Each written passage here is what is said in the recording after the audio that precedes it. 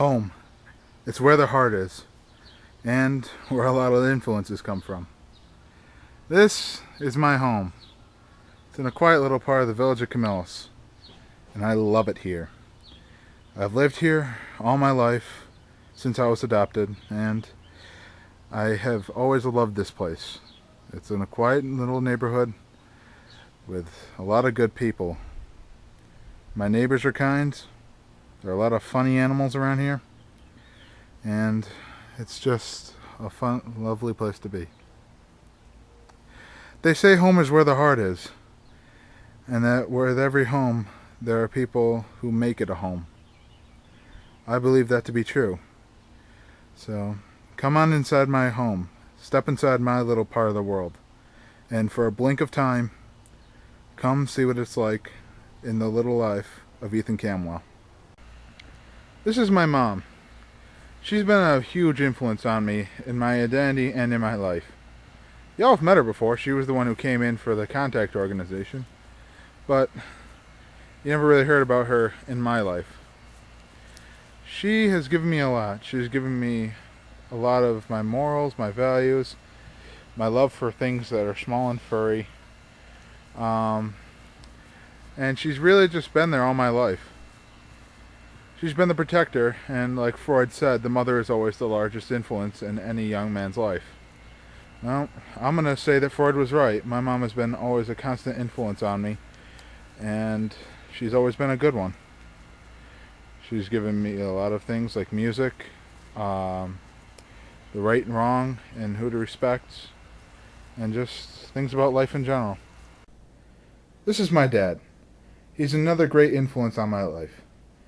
He's taught me a lot of different things. He's taught me about authority figures, what's right and wrong, and just helpful skills in life, like how to tie a knot, how to cook food, and how to flip an omelet with not breaking it open, which I still have yet to accomplish.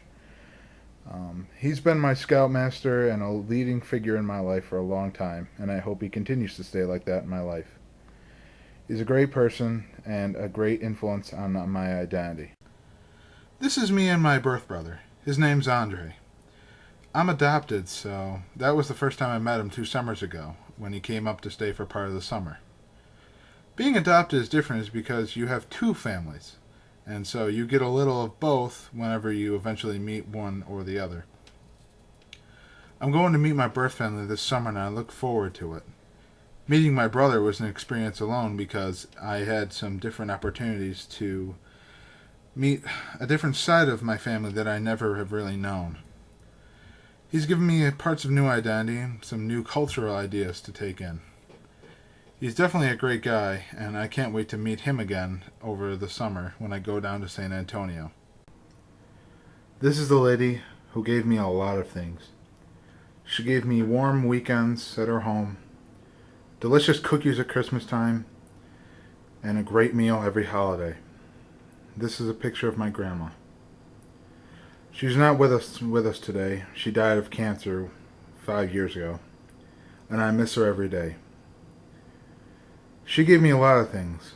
She gave me my first love of cooking, the ability to do anything I wanted with Play-Doh and Legos, gardening, swimming in the summertime, sledding in the winter, and Disney movies. She grew up during the Depression and through everything. World War II, through Vietnam, through Desert Storm, through having one of her own children die before she died. She was one hell of a woman, and she deserved much respect. Though I have not experienced Disneyfication, I developed a love of Mickey Mouse and his colorful characters, all from the mind of Walt Disney through her. If it wasn't for her, I wouldn't have experienced Disney movies, and I wouldn't have experienced the wonderful world of Disney. I miss my grandma, and I wish she was still among us. May she rest in peace. This messy sanctuary is where a lot of things happen. This is my room, and it's where a lot of cultural influences combine to create who I am, or relics of who I used to be that still remind me Lots of interesting things in here. Posters, CDs, books, computers, and my favorite, video games. Oh yeah. I love to play video games, but sometimes you gotta balance out the schoolwork with everything else. It's messy, but it's what I call home, and my refuge from the daily insanities of life, school, and family. Music, a very important part of my life, and this is my main tool to play music. It's a Fender bass guitar that I found in my relative's house, and they gave to me for free so long as I fixed it up, because when I found it, it was a pretty bad mess. So I found it and I fixed it. Music is an important part of my life because it's a stress reliever whenever I really get frustrated. So if I ever get frustrated with a paper or with life in general, I'll just drop what I'm doing, pick up my bass guitar, and play something, whatever it is, to calm me down. I won't play for you now because A, I'm embarrassed, and B, I'm not that good yet, but maybe someday I'll play with a band or something. Won't ever accumulate too much, but music is what you make it, and I like to have fun with music. This is where a lot of magic happens. This is where a lot of the sweet treats that you guys have tried comes from. This is my kitchen. Although messy, it's a place where things come alive. Where the range heats, the oven bakes, and where things like these banana chocolate chip muffins, which smell delicious, are created. It's very messy and it tends to be an organized chaos for me, but with a knife, some spoons, and a lot of magic and dumb luck, wonderful treats come out for you guys to enjoy. A source of uniqueness and pride in my life has been scouting. I joined in the first grade and have never looked back on it.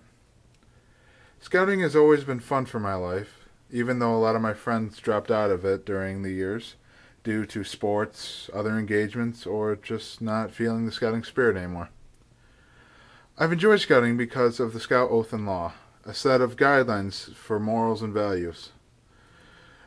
Often, when one does something, they might ask themselves, is this going to reflect well on myself? Will it reflect well on my troop and on Boy Scouts as a group? Often I've asked myself these questions when doing something, and sometimes it'll stop me from making the wrong decision. I'm proud to call myself a Boy Scout, and am saddened that in the fall I will have to stop being a Boy Scout, but am still glad that I can go on to be a leader and continue the scouting traditions and upholding the Scout Oath and Law. This is my Eagle Award. It's the highest rank in the Boy Scouts of America. Only 4% of Scouts get this, and I'm one of those lucky 4%. The Eagle Scout Award is more than just a badge, a medal, and a neckerchief slide. It's also something that you have for the rest of your life. Every Eagle takes something called the Eagle Scout Charge, which charges them to live by the Scout Oath and Law and to live up to the expectations of the Eagle Scout.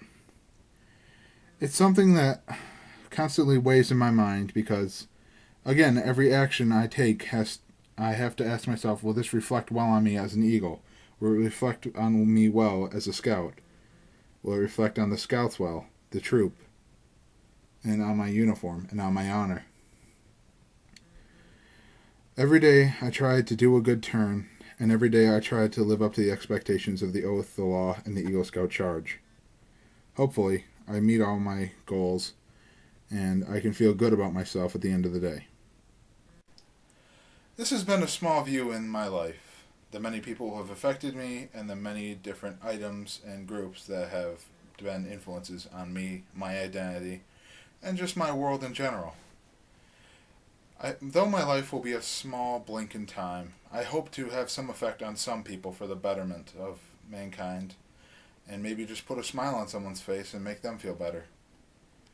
Thanks for spending a little time in my life.